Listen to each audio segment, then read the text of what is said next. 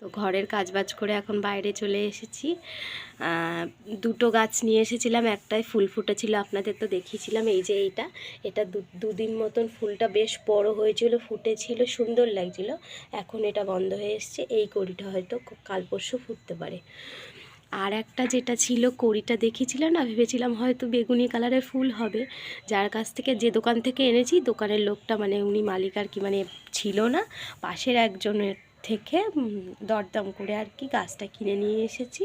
এই যে বেগুনি কালার ভেবেছিলাম হবে, হালকা বেগুনি ছিল, উনিও বললো হয়তো বেগুনি হবে, আমরাও তাই ভাবলাম।